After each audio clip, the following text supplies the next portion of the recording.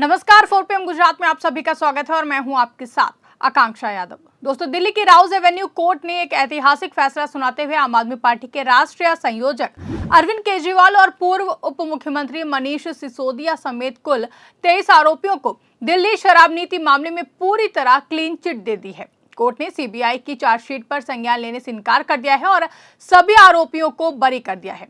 इस फैसले को आम आदमी पार्टी ने बड़ी जीत बताया है, जबकि विपक्षी दल इसे राजनीतिक साजिश का अंत मान रहे हैं। गुजरात में प्रेस कॉन्फ्रेंस करते हुए आम आदमी पार्टी नेता गोपाल राय ने प्रधानमंत्री नरेंद्र मोदी, केंद्रीय गृह मंत्री अमित शाह पर फर्जी केस लगाने का सीधा आरोप लगाया है और कहा है कि सत्य परेशान हो सकता है, पराजित नहीं। आपको बता दें कि फैसला सिर्फ कानूनी नहीं बल्कि राजनीतिक रूप से भी बहुत ही बड़ा है। आपको बता दें, सालों से चली आ रही इस केस ने आम आदमी पार्टी के कई बड़े नेताओं को जेल भेज दिया था।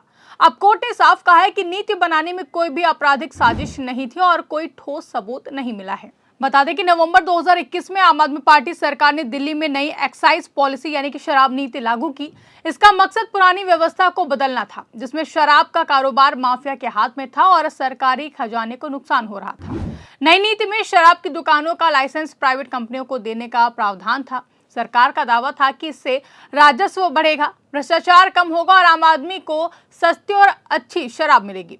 लेकिन जुलाई 2022 में दिल्ली के तत्कालीन मुख्य सचिव नरेश कुमार ने लेफ्टिनेंट गवर्नर विनय कुमार सक्सेना को एक रिपोर्ट सौंपी। इसमें नीति बनाने में कुछ प्रक्रियागत गड़बड़ियां बताई गई।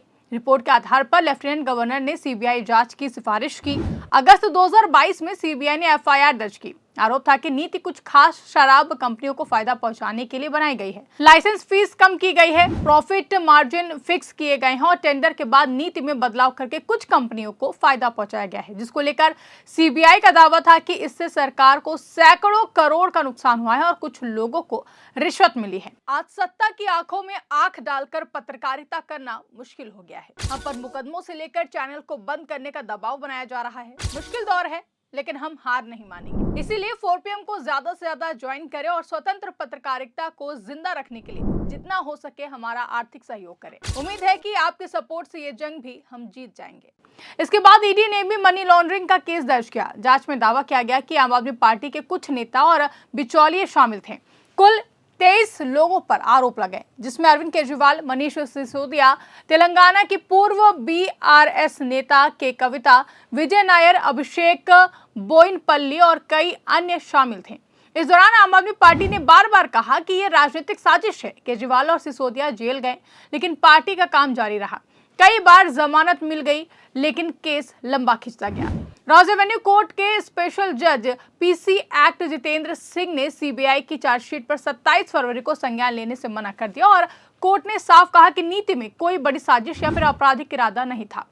केजरीवाल के खिलाफ कोई ठोस सबूत नहीं है। सिसोदिया और बाकी आरोपियों के खिलाफ कोई भी प्राइमा फेसी केस नहीं बनता है। चार्जशीट में आंतरिक विरोधाभास है, गवाहों के बयान पूरे नहीं है और सबूत कमजोर है। सीबीआई ने पहले आरोपी को गवाह बनाने का गलत इस्तेमाल किया। कोर्ट ने कहा कि ऐसा करना संवैधानिक सिद्धांतों का उल्लंघन है। जज ने सीबीआई की जांच की आलोचना की है और कहा है कि कुछ फाइलें पढ़ते पढ़ते लगता है कि फाइल खुद बोल रही है, लेकिन सच्चाई नहीं निकल रही है, जिसके चलते कोर्ट ने सभी 23 आरोपियों को बरी कर दिया है। इसमें केजरीवाल, सिसोदिया, के कविता, विजय नायर आदि शामिल हैं। ये फैसला डिस्चार्ज का है, यानी कि ट्रायल शुरू होने से पहले ही केस खत्म हो गया। सूत्रों के मुताबिक सीबीआई ने कहा कि वो दिल्ली हाई कोर्ट में अपील करेगी। वहीं कोर्ट के फैसले के बाद केजरीवाल भावुक हो गए। उन्होंने कहा कि कोर्ट ने सभी आरोपियों को बरी कर दिया है। हम हमेशा कहते थे कि सच्चाई हमारे साथ है। एक चुने हुए मुख्यमंत्री को घर से घसीटकर जेल भेज दिया गया, हम पर कीचड़ उछाला गया, लेकिन आज जीत हुई है। मैं कट्टर ईमानदार हूं, मैंने जिंदगी में सिर्फ ईमानदारी कमाई है। आम आदमी पार्टी नेता गोपाल राय अहमदाबाद में प्रेस कॉन्फ्रेंस करते हुए उन्होंने कहा कि आज दिल्ली में न्यायालय ने ऐतिहासिक फैसला सुनाया है। प्रधानमंत्री और गृह मंत्री ने फर्जी केस बनाकर आम आदमी पार्टी को खत्म करने की साजिश रची, लेकिन सत्य परेशान हो सकता है, पराजित नहीं हो सकता है। केजरीवाल और सिसोदिया देश के सबसे ईमानदार नेता हैं। गुजरात लॉबी को बड़ा झटका लगा है। अब बीजेपी को पूरे देश से माफी मांगनी चाहिए। और क्या कुछ कहा, आप इस वीडियो में सुनिए। आज दिल्ली के अंदर न्यायालय ने ऐतिहासिक फैसला सुनाया है। जिस तरह से भारतीय जनता पार्टी की केंद्र सरकार ने, खुद प्रधानमंत्री जी ने गृह मंत्री ने, पूरी भारतीय जनता पार्टी ने जिस तरह से फर्जी केस लगा करके दिल्ली के चुने हुए मुख्यमंत्री को उठा करके जेल में डाला, उप मुख्यमंत्री को उठा करके जेल में डाला, हमारे सांसद को उठा करके जेल में डाला, जिस तरह से आम आदमी पार्टी के तमाम नेताओं को फर्जी केस लगा करके शराब घोटाला, शराब घोटाला, शराब घोटाला का झूठा प्रोपेगेंडा फैला करके अत्याचार और संविधान लोकतंत्र की हत्या की गई। आज अदालत ने अपना फैसला सुना करके ये साफ संदेश दिया है कि सत्य परेशान हो सकता है, पराजित नहीं हो सकता। भारत के इतिहास में पहली बार चुने हुए मुख्यमंत्री को, प्रचंड बहुमत के मुख्यमंत्री को उठा करके जेल में डाल दिया गया, उप मुख्यमंत्री को उठा करके जेल में डाल दिया गया। आज अदालत ने साफ तौर पर कहा, सीबीआई ने जो कोर्ट के अंदर रिपोर्ट प्रस्तुत की उसमें कोई आधार नहीं है। साफ तौर पर आज अदालत के फैसले के बाद यह स्पष्ट हो गया है कि भारतीय जनता पार्टी की सरकार ने, प्रधानमंत्री ने फर्जी शराब घोटाला नहीं हुआ था, यह सीबीआई घोटाला हुआ था। एजेंसियों का दुरुपयोग करके 2 साल तक लगातार पार्टी को खत्म करने का षड्यंत्र हुआ, नेताओं को प्रताड़ित किया गया, जेल में तरह तरह के जितना भी परेशान किया जा सकता था परेशान किया गया, सत्ता का दुरुपयोग किया गया, झूठा प्रोपेगेंडा फैलाया गया। हजारों हजार बार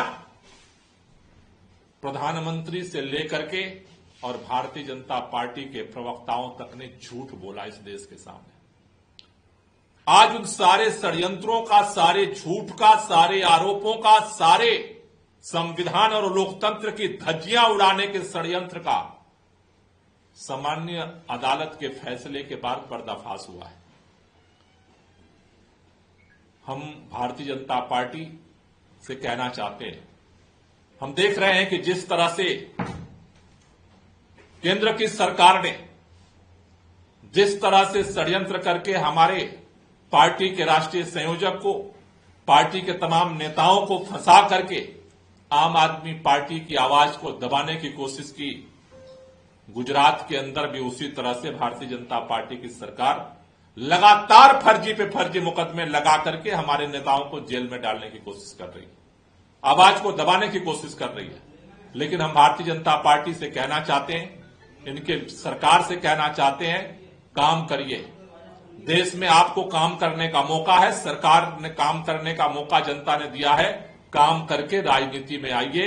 ये सत्ता का दुरुपयोग करके, लोगों की आवाज को दबा करके, षड्यंत्र करके, एजेंसियों का दुरुपयोग करके आप अगर ये सोचते हैं कि हम पूरे देश को चुप कर देंगे, कोई बोलने वाला नहीं बचेगा, ऐसा नहीं होने वाला।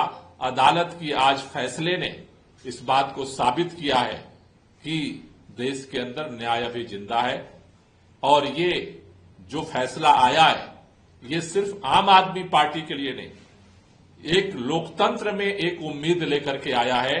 क्योंकि जिस तरह से इस सत्ता का दुरुपयोग हुआ है, आज अदालत के फैसले ने यह साबित किया है कि अदालत में न्याय अभी जिंदा है।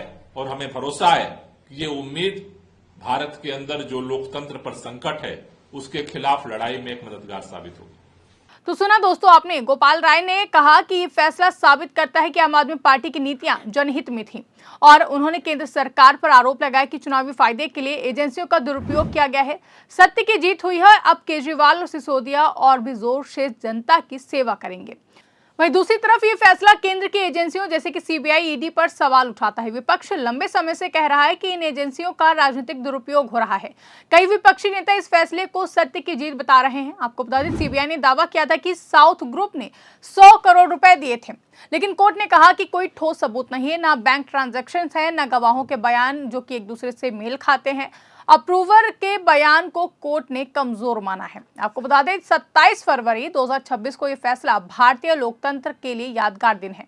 कोर्ट ने साबित किया कि सबूत के बिना कोई भी नेता जेल नहीं जा सकता। केजरीवाल, सिसोदिया और आम आदमी पार्टी के लिए ये नई शुरुआत है। वहीं इस खबर पर आपकी क्या राय है, कमेंट करके हमें जरूर बताइएगा। फिलहाल के लिए इस खबर में बस इतना ही। ऐसी तमाम बड़ी और राजनीतिक खबरों के लिए आप बने रहिए और देखते रहिए 4 PM गुजरात। धन्यवाद।